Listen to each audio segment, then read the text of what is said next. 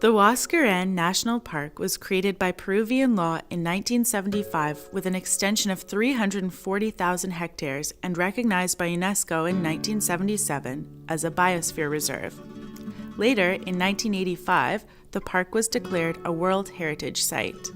It has the most complex glacier system in the Peruvian Andes, the rich biodiversity landscaping, and the state of preservation of the customs and culture of the people who inhabit their surroundings are unique. This entire system is being seriously affected by the accelerated deglaciation caused by global warming.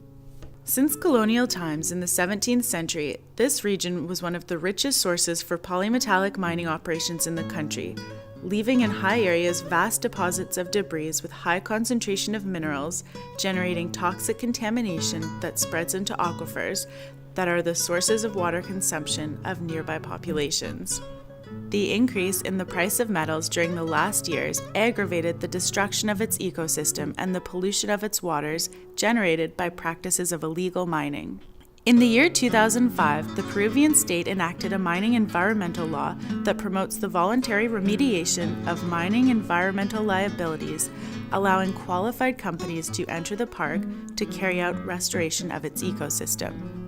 Pasivos Ambientales is the only company in this activity obtaining the corresponding permits and operating since 2008 in the preparation of studies, construction of cable lanes, training of communities, and massive mobilization of mining liabilities, thus creating sources of work for the Andean communities, considered the poorest in the region.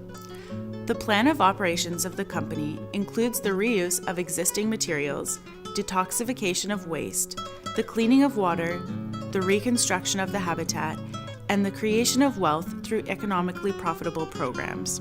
By creating a system of wealth generation and restoring environmental balance, generating work and health, the company demonstrates its social vocation by distributing 7.5% of its profits, also investing in sustainable and profitable social projects.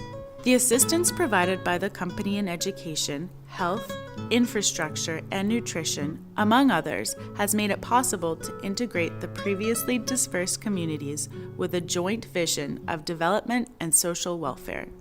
Having the permits to operate within the park, the company faced the illegal mining activity constantly.